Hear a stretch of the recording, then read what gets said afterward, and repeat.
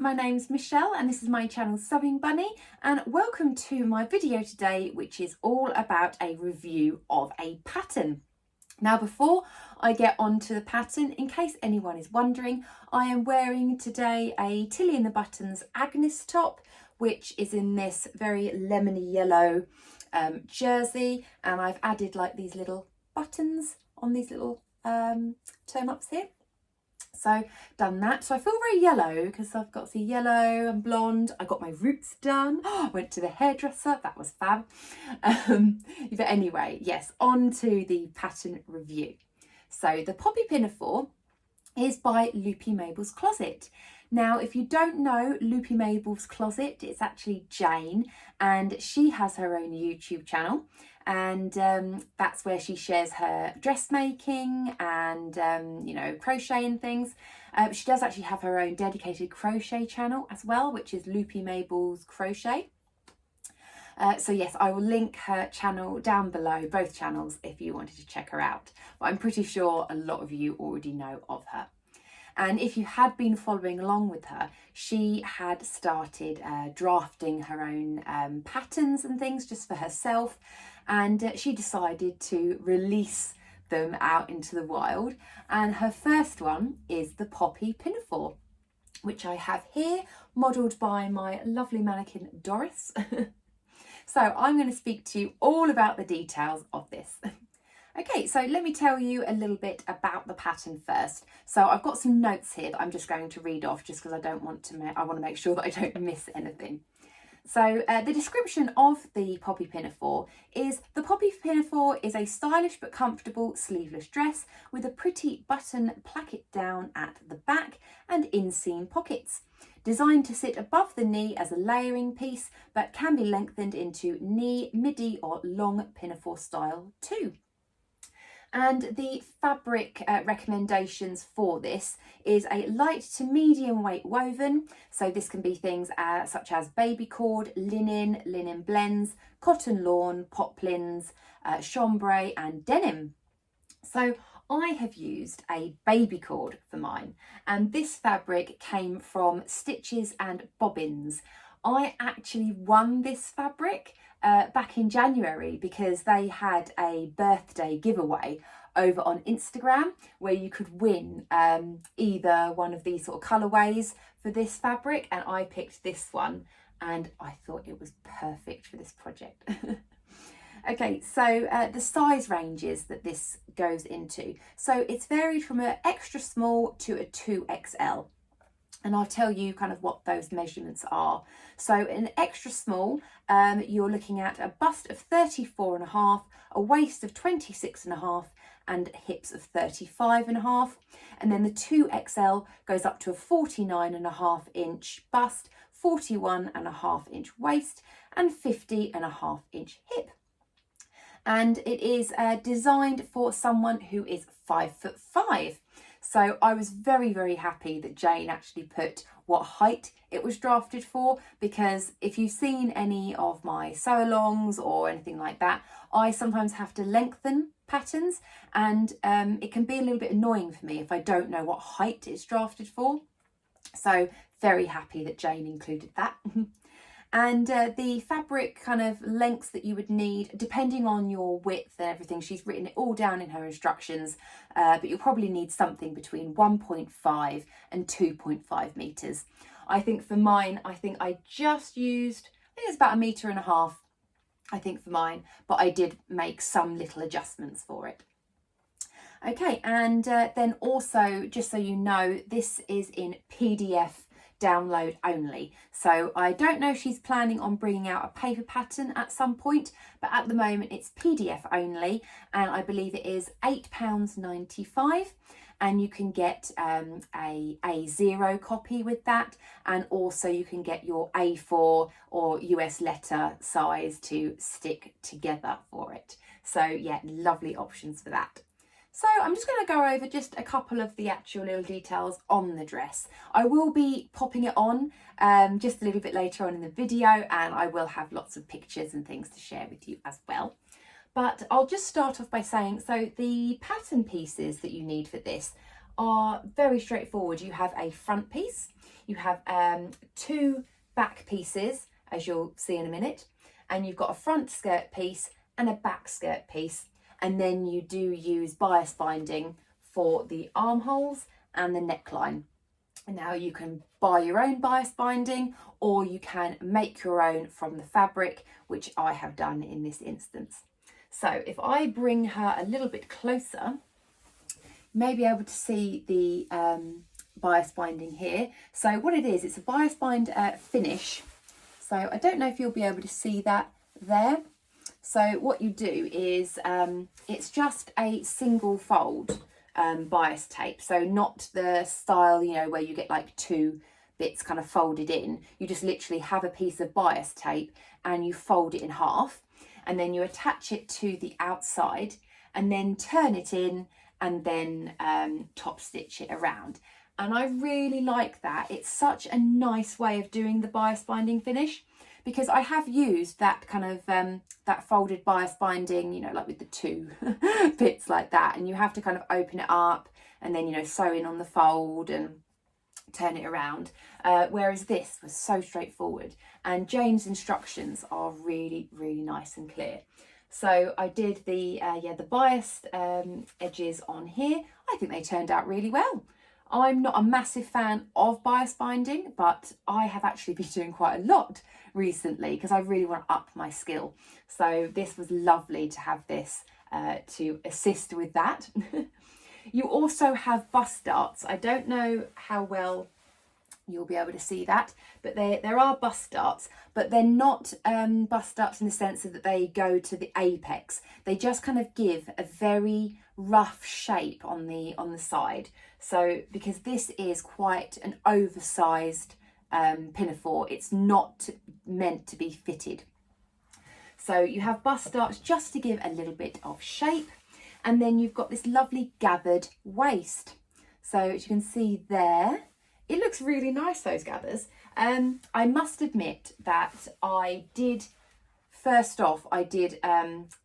put the skirt on, and I wasn't actually happy with the way that my gathering was. So I did actually unpick it and do it again, because I kind of thought, you know what, especially as it's a pattern test, I really want to show this off, you know, to, you know, its full potential. And I didn't want, you know, kind of messy gathers. So yeah, I made sure it was extra neat on there. And what I did differently for that, for anyone that's wondering, you know, about gathers. So I did sew 2 lines of, you know, long stitch length, gathered them up. And when I first did it, I actually sewed below both of those gathering stitches. But what I actually did the next time is I actually did 1 row of gathering stitches. I left a larger gap between that and the second row of gathering stitches. And then I sewed in the middle of them. And then I unpicked all of the gathering stitches at the bottom. So, and I found that that gave a really nice even gather. So I think, to be honest, all of my other gathers moving forward I might do in that same way, because I do find if you do the 2 lines of gathering and then sew underneath that, it can kind of get like tucks and things. So yeah, that's just my method on that. I know other people have so many different ways of doing it. I've heard about people using dental floss or elastic and things. So I think it's wonderful. There are so many different ways out there to do gathering. Okay, and then I'm going to turn her round, and this is my favourite part of the dress. So this is the button back detail.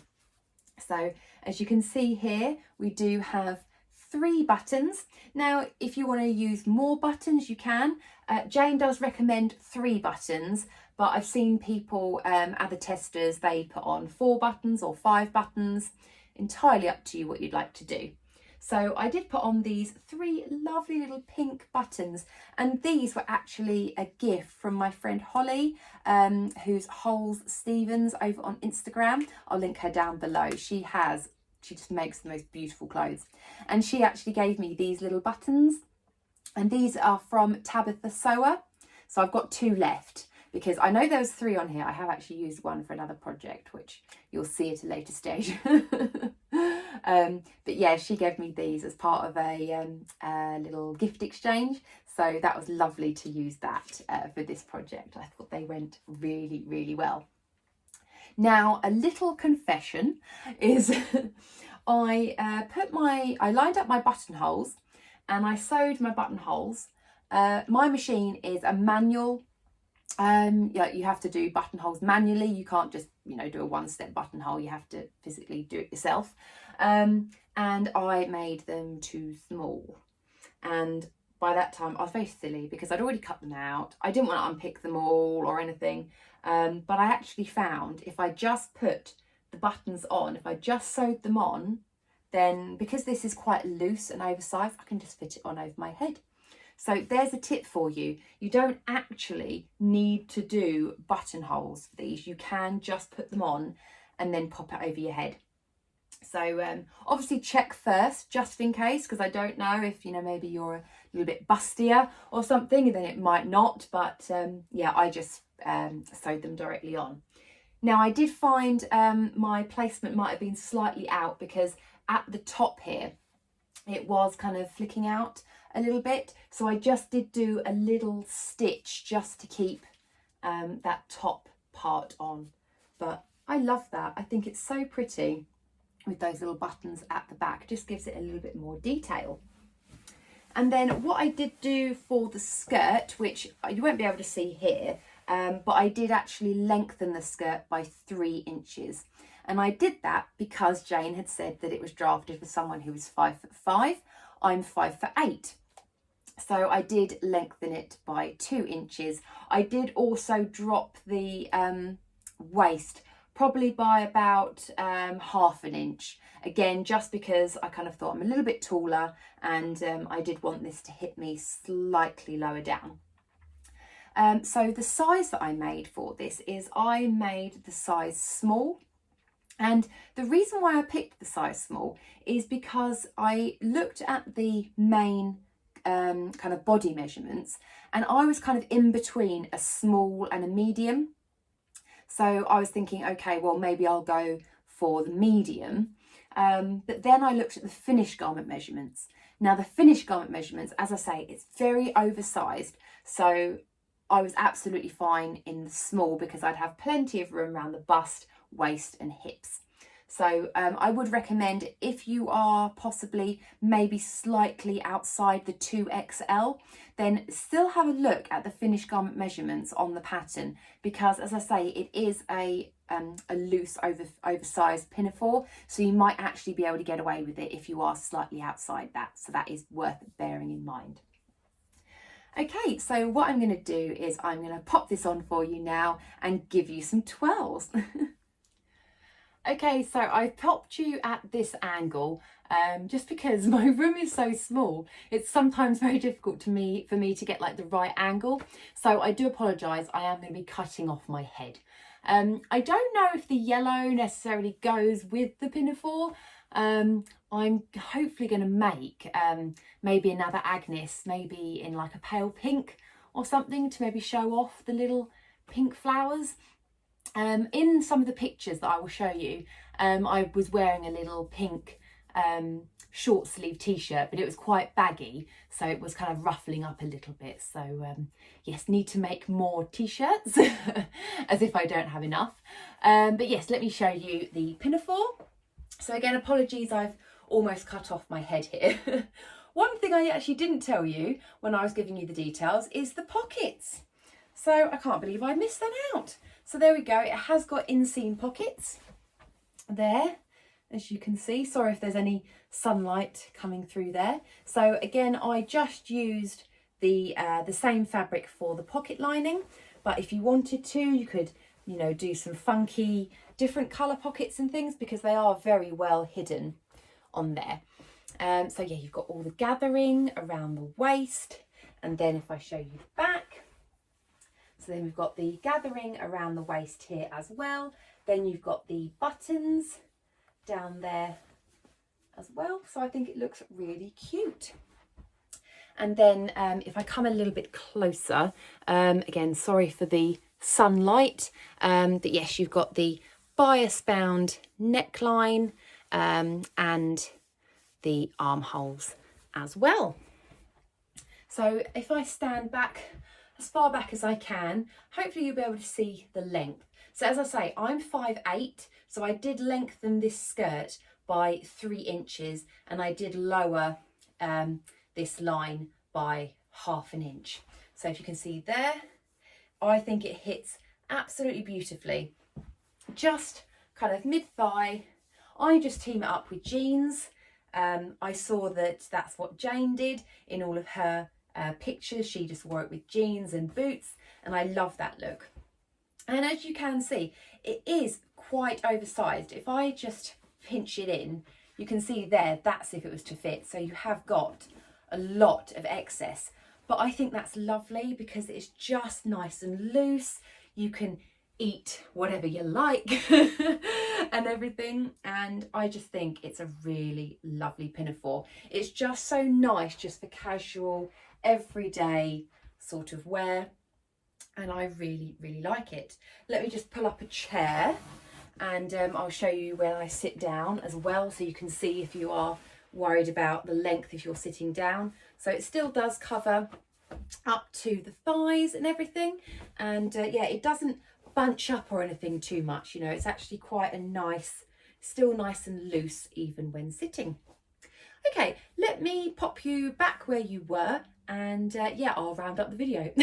So overall, I've really enjoyed making this pattern. I would say that if you are a beginner, then this would be absolutely fine for you. Jane's instructions are really nice and clear.